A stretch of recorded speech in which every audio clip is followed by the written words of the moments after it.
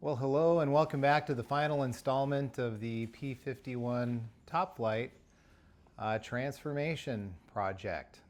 The Maiden actually happened 2 weeks ago here at my field in North Idaho at the Silver Hills RC Club. Not a ton of video to report on that, but I will include that here after this segment. It flew great, flew exceptionally well. Just some few minor adjustments to make.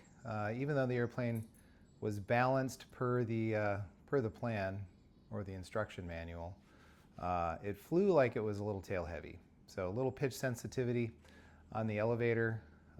So I went ahead and increased the expo and made some travel adjustments that helped a little bit.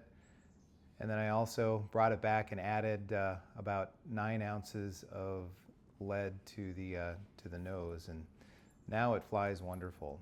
I just got back from the Northern Alliance Military Fly-In, which is down in Owatonna, Minnesota, down in southern Minnesota. It's an event that I really love. I used to direct it for a lot of years, and I've been going back ever since I moved out here. And it's definitely worth a trip to go out there and spend a week with my friends and get a ton of flying in. We had great weather. Just one day on Friday where we lost about 4 hours of time due to some rain. But other than that, it was great. It wasn't too terribly hot, a little bit on the humid side. All airplanes that I brought performed flawlessly. So I brought the Mustang, obviously, got a ton of flights in on that. Again, it's dialed in. It's flying exceptionally well. I can't wait to get a bunch more on it as well. Then I brought my quarter scale Wildcat. I also brought my F-16 that you see behind me here, and also my F9F Panther, the Zeroli Panther as well. So burned through about 15 gallons, just under 15 gallons of Jet A, and about 4 gallons of 100 low lead on the 2 prop planes that I brought. So great time. It was a ton of fun. I was actually fortunate enough to win a BVM Go Fly Gold fuel jug too, which is great. So pretty excited about that. I think Callie's going to go grab it. She'll show it off. So yeah, I got lucky on that one.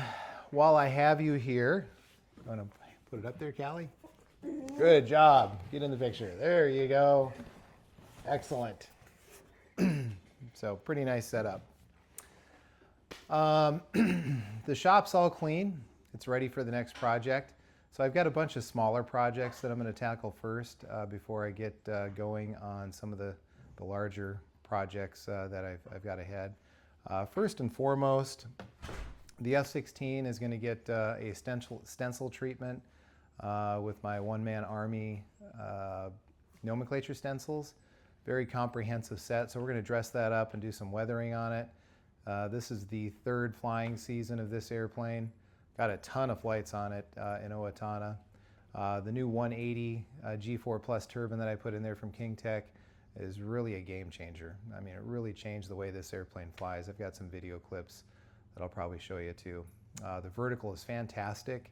We're at pretty close to a 1-to-1 thrust to weight ratio with full fuel and about 3/4 smoke. So the performance is really, really great. I'm really loving that.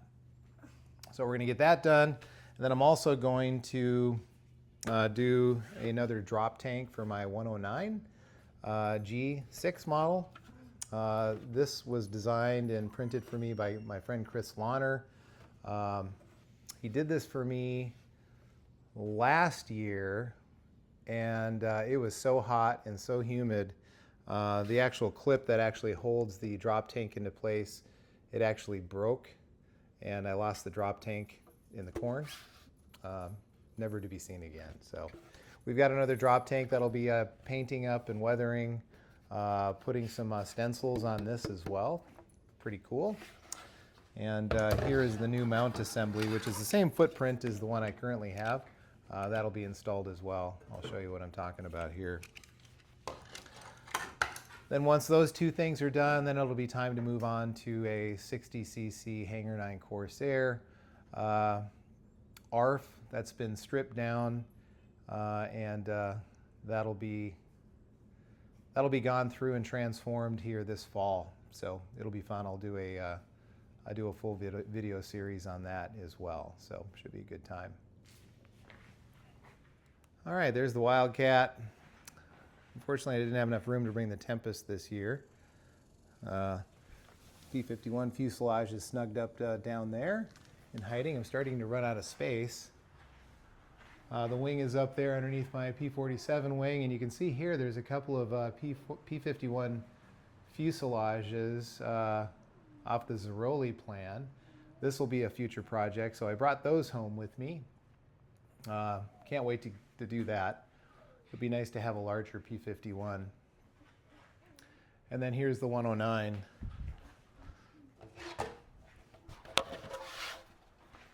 So this assembly here will be replaced with the new one, and this will nest up into here just like that and lock into place. It does have a servo release on it as well, so I can drop it if I wanted to, but it'll be painted and weathered to match Eric Hartman's yellow one. Then of course the stencil set for the F-16. So a lot more to come. I've got, I don't know, probably 6 giant scale projects in the queue. A lot of them are up there. Corsair fuse is up there along with a yellow Mark 14 Spit. That's another future project. I can't wait to get another Spit in the inventory. So that'll be a ton of fun to get those going as well. Here's some glamour shots of the P-51 on Maiden Day, showing some of the details, specifically many of the nomenclature stencils that I applied. Be sure to stay tuned to the end, as the quarter scale Wildcat will make a cameo appearance with a cool pattern and landing at the Northern Alliance military fly-in. Thanks for watching.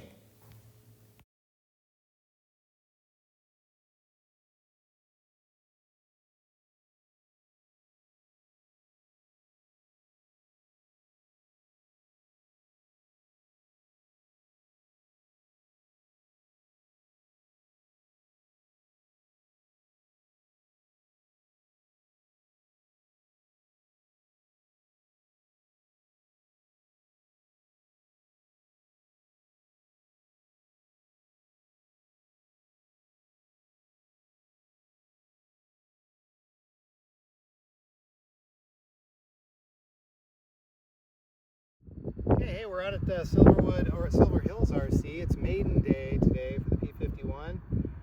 Range check is done. Everything checks out, so we're gonna give this a whirl.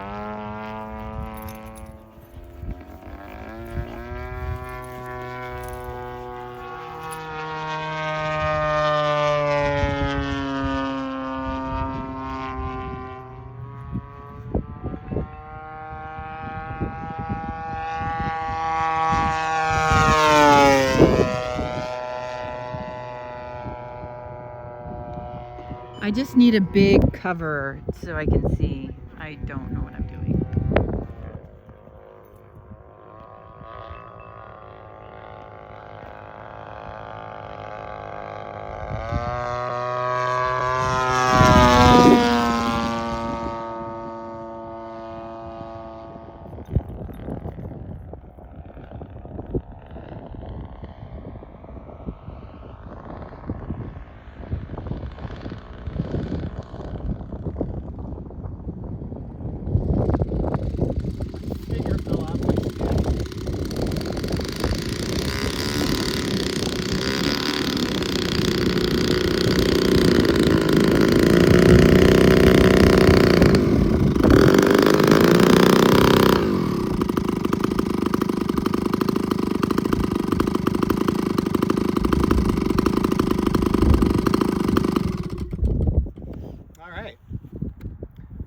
good. Real sensitive in aileron and sensitive in pitch. Might be just a tad tail heavy. We'll see. I'll reduce the rates and increase the expo. Gyro is, I think, pretty close. So my finger fell off the stick on the elevator on short final. That was what that little dip was for. But she's a keeper. Do it again. Thanks, honey. Mm-hmm. So one of the things that I discovered as I was doing the initial engine runs was that the carb was getting hot. And so I had to make some modifications for that. So I essentially basically did a stainless steel shield, and I ended up covering that with a BVM heat shield, which I've had this stuff for a long time. I've never really had the reason to use it. But man, I tell you what, it works exceptionally well. And that took care of my heat problem, along with also basically boring out a 1-inch hole in the firewall to allow some of that heat within that tightly enclosed cowling to escape, not just outside of the airplane, but also through the airplane and then out the intercooler door. So worked out pretty well. With the test flights complete, even though the airplane balanced at the recommended CG, based on my calculations anyway, I used both of the traditional method as well as my Chikoi CG calculator. And it still measures right on, but the airplane flies like it's tail heavy. My inverted 45-degree upline didn't require, the nose didn't drop at all. In the top of a loop, I really had to pull it through the top. So, and also too, that coupled with the elevator sensitivity, it's definitely a bit nose heavy or tail heavy. So what I've done is I've measured out about 9.9 ounces of lead shot. I've got a bunch of epoxy mixed up here, and I've got a little container that I'm going to pour everything into and mix it up. And then we'll pour it into the location on the top of the cowl as far forward as I can get. And I think it's going to make a massive improvement. The airplane flies great as it is, but it just, to me, it flies tail heavy. So we're fixing that right now. Okay, so the slurry's been mixed up with the 30-minute epoxy. I basically just poured that in and scraped out what I could with a popsicle stick and got it in there. And I think that's going to work out great. When this epoxy cures, what I'm going to do, just because it gets pretty hot in that cowling with that muffler and everything so tight, I'm going to paint some BVM ceramic heat shield over the top of that, just to make sure that the epoxy doesn't break down and get soft and potentially release from the fiberglass. That was all cleaned off real good. It was sanded and cleaned off with a tack cloth and then denatured alcohol as well. And that should do the trick. I don't suspect, I've done this plenty of times before and I've never had any issues with it coming out. So we should be in good shape there.